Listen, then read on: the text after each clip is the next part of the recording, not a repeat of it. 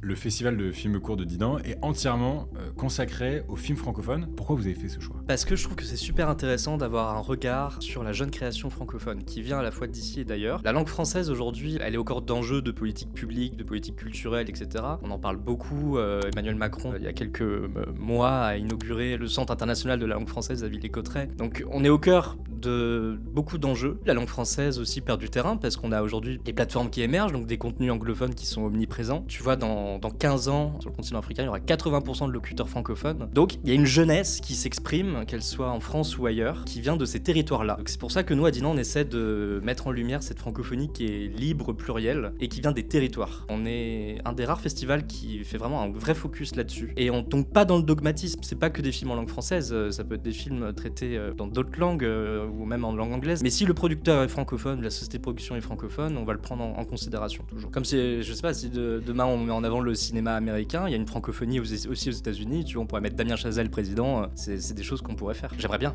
s'il m'entend. Damien,